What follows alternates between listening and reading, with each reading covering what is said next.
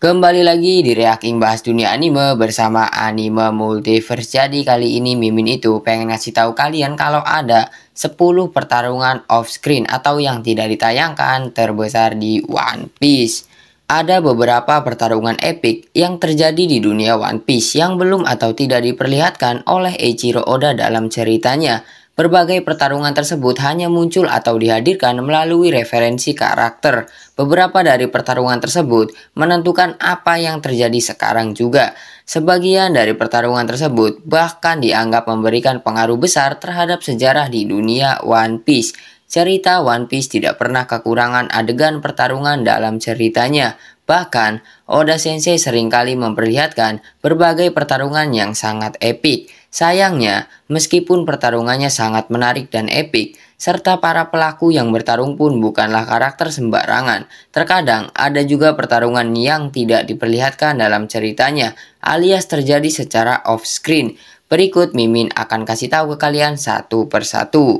Yang pertama tentunya pertarungan God Valley. Pertarungan antara aliansi Roger dan Garp melawan kelompok Rocks Pirate.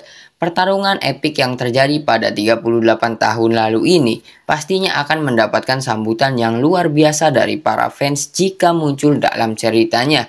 Pastinya dong. Ini adalah pertarungan antara Garp dan Roger melawan kelompok bajak laut Rocks di Sebek yang terjadi di sebuah pulau bernama God Valley. Dalam momen inilah berbagai sejarah muncul, seperti mengapa Garp mendapatkan gelar pahlawan angkatan laut. Ketika Sengoku menceritakan tentang sosok Rocks, para fans benar-benar dibuat terkejut dan tidak percaya bahwa ada sosok yang lebih mengerikan dalam cerita One Piece. Bukan hal yang mustahil, pertarungan ini akan membuat para fans senang dan mendapatkan tanggapan yang sangat luar biasa jika kemudian pertarungannya diperlihatkan dalam cerita atau dijadiin movie aja deh, pasti bakal seru banget. Pertarungan off-screen selanjutnya adalah pertarungan antara Goldie Roger melawan Monkey D. Garp. Selain Whitebeard, rivalitas tinggi juga diperlihatkan antara Goldie Roger dan Monkey D. Garp. Garp adalah salah satu angkatan laut senior yang dahulu sering berhadapan dengan Roger. Saking seringnya mereka bertarung, Roger menganggap Garp seperti halnya teman. Bukti dari hal ini adalah dengan Garp yang dipercaya oleh Roger untuk merawat Ace sebelum dia dieksekusi mati. Tentunya para fans penasaran dengan rivalitas dari kedua karakter ini. Dalam cerita tersebut, para fans ingin tahu seperti apa pertarungan keduanya, seepik apa pertarungan kedua karakter hebat ini. Meskipun Roger saat ini sudah tewas, seperti halnya pertarungan melawan Whitebeard, Oda Sensei mungkin bisa menghadirkan cerita kilas balik yang memperlihatkan momen pertarungan keduanya pasti bakal epik banget tuh. Pertarungan yang ketiga adalah pertarungan Akagami no Shanks melawan Dracul Mihawk. Ini adalah salah satu pertarungan yang tidak diperlihatkan dalam cerita yang paling banyak fans nantikan kemunculannya.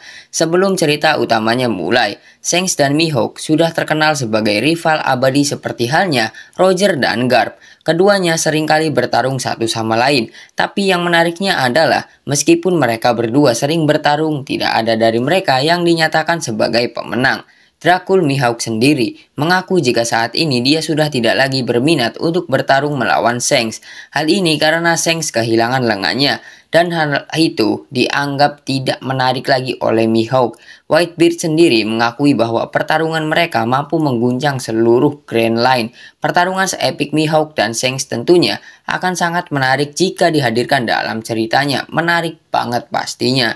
Kemudian yang selanjutnya pertarungan yang keempat, pertarungan antara Shanks melawan Kurohige. Meskipun tidak ada informasi resmi kapan kejadian pastinya, namun Shanks sendiri sebelumnya mengakui kepada Shirohige bahwa bekas luka yang ada di wajahnya merupakan akibat ulah dari Kurohige. Hal inilah yang membuat banyak fans penasaran apa yang sebenarnya terjadi kepada mereka. Selain itu, hal ini juga memunculkan banyak sekali pertanyaan. Mengapa Kurohige bisa melukai Shanks? Apakah artinya kekuatan Kurohige melampaui Shanks? Itu merupakan beberapa pertanyaan yang muncul di benak para fans terkait hal ini. Mungkin Sebelum ceritanya berakhir, kita akan melihat pertarungan lain antara Kurohige dan Shanks. Dan yang menarik adalah terdapat juga teori jika dalam pertarungan lain tersebut, Shanks akan tewas di tangan Kurohige. Ini termasuk teori-teori liar para fans yang Mimin temuin di grup-grup One Piece fanpage. Yang kelima, pertarungan ini sempat menjadi perdebatan di salah satu video shorts anime Multiverse, yaitu pertarungan antara Shanks melawan Kaido. Apa yang tidak Oda Sensei hadirkan dalam momen perang puncak di Marineford nyatanya jauh lebih mengerikan dan lebih rumit daripada apa yang muncul dalam cerita. Jika bukan karena intervensi dari Shanks, mungkin perang besar di Marineford akan jauh lebih besar lagi skalanya dan lebih mengerikan. Hal ini karena Kaido saat itu juga hendak pergi ke Marineford dan ikut bertarung. Tujuannya adalah menghabisi Whitebeard. Namun, Shanks berhasil menahan pergerakan Kaido, meskipun pertarungan tersebut sepertinya hanya berlangsung singkat. Setelah itu, Shanks dalam beberapa hari mampu tiba di Marineford, menahan serangan Sakazuki terhadap Koby, dan mengakhiri perangnya. Rasanya sangat disayangkan jika pertarungan sebesar dan seheboh ini tidak muncul dalam ceritanya. Sayang banget, kalau nggak jadiin movie aja deh. Selanjutnya yang keenam, pertarungan antara bajak laut Akagami melawan bajak lautnya Kid. Jauh sebelum Luffy dan kelompok topi jerami tiba di dunia baru, Eustace Kid merupakan salah satu Worst Generation yang tiba terlebih dahulu di wilayah tersebut. Dan di dunia baru sendiri hanya memiliki dua peraturan utama: ikut bergabung dengan salah satu kelompok Yonko atau bertarung menghadapi salah satu dari Yonko tersebut. Kid sendiri memutuskan untuk menantang salah satu Yonko, dan sosok yang dia hadapi adalah Shanks, seperti yang dihadirkan dalam Arch Wano kemarin. Dalam pertarungan tersebut kita kemudian mengetahui jika Shanks yang jadi pemenangnya pastinya dong. Bahkan, akibat dari pertarungan tersebut, Kid harus kehilangan sebelah lengannya. Hal ini seolah membuktikan perbedaan level kekuatan antara Shanks dan Kid. Meskipun begitu, Kid sendiri masih sangat ingin mengalahkan Shanks, walau mustahil. Kid itu kehilangan satu tangan itu bukan karena Shanks, karena dia belum menghadapi Shanks, baru menghadapi Ben Beckman, wakil kapal dari Akagami Pirates.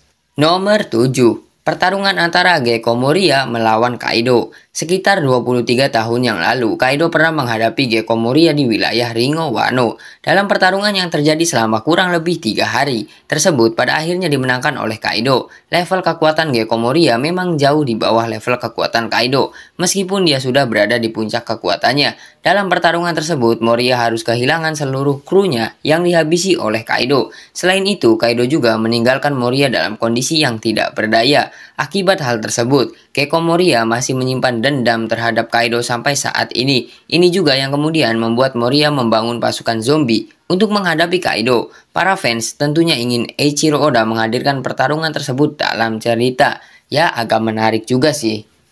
Nomor 8. Pertarungan Aokiji melawan Akainu. Mungkin ini adalah salah satu pertarungan paling populer yang terjadi secara off-screen atau tidak diperlihatkan dalam ceritanya. Ketika para kru topi jerami sibuk dengan latihan mereka masing-masing, pada momen time skip selama 2 tahun, dua admiral ini saling bertarung demi memperebutkan jabatan Fleet Admiral. Pertarungan antara Akainu dan juga Aokiji ini terjadi di Pulau Pang Hazard. Pertarungan epik ini berlangsung selama 10 hari dengan kekuatan dahsyat keduanya. Pertarungan itu benar-benar membuat seluruh wilayah Pang Hazard menjadi tempat yang mengerikan. Diketahui pulau tersebut terbagi menjadi 2 bagian, wilayah dingin dan panas. Dalam pertarungan ini, Aokiji harus kalah dari Akainu, yang mana kemudian dia memutuskan untuk keluar dari angkatan laut dan bergabung dengan kelompok Kurohige. Kemudian yang ke-9, pertarungan antara kelompok Kurohige melawan pasukan revolusi. Salah satu peristiwa besar pasca time skip adalah perang antara kelompok bajak laut Kurohige melawan pasukan revolusi. Perang besar tersebut terjadi ketika Jesus Barges berhasil menemukan lokasi markas pasukan revolusi di Baltigo dan menyusup ke sana. Jesus Barges kemudian memberikan informasi tersebut kepada Kurohige, yang kemudian menjadi awal mula pertarungan itu terjadi. Dalam pertarungan tersebut, pasukan revolusi harus kalah dari kelompok Kurohige. Markas mereka di Baltigo pun hancur, dan pasukan revolusi berhasil dipukul mundur, di mana kini mereka bermarkas di Pulau Kamabaka, yang merupakan rumah bagi Emporio Ivankov. Pertempuran ini adalah pertempuran besar pertama dari pasukan revolusi yang hadir dalam cerita. Namun sayangnya pertempurannya tersebut tersebut tidak Oda Sensei munculkan. Sayang banget nggak dimunculin nih sama Oda Sensei.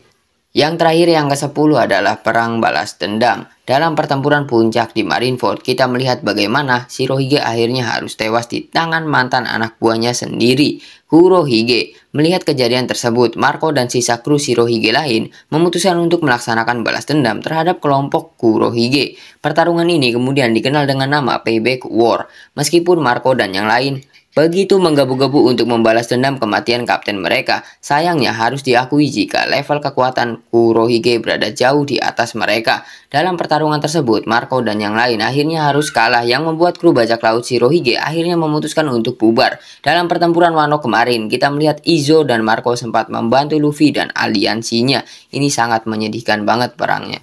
Nah, itulah 10 pertarungan off-screen atau pertarungan yang tidak ditampilkan dalam cerita One Piece. Mimin mau tanya ke kalian, mana pertarungan yang harus ditampilkan di series ataupun dijadiin movie dari ke-10 pertarungan yang tadi Mimin jelaskan? Jujur ya, kalau Mimin sih pengen semuanya dimasukin, entah itu ke series ongoingnya, entah itu ke movie, pengen banget.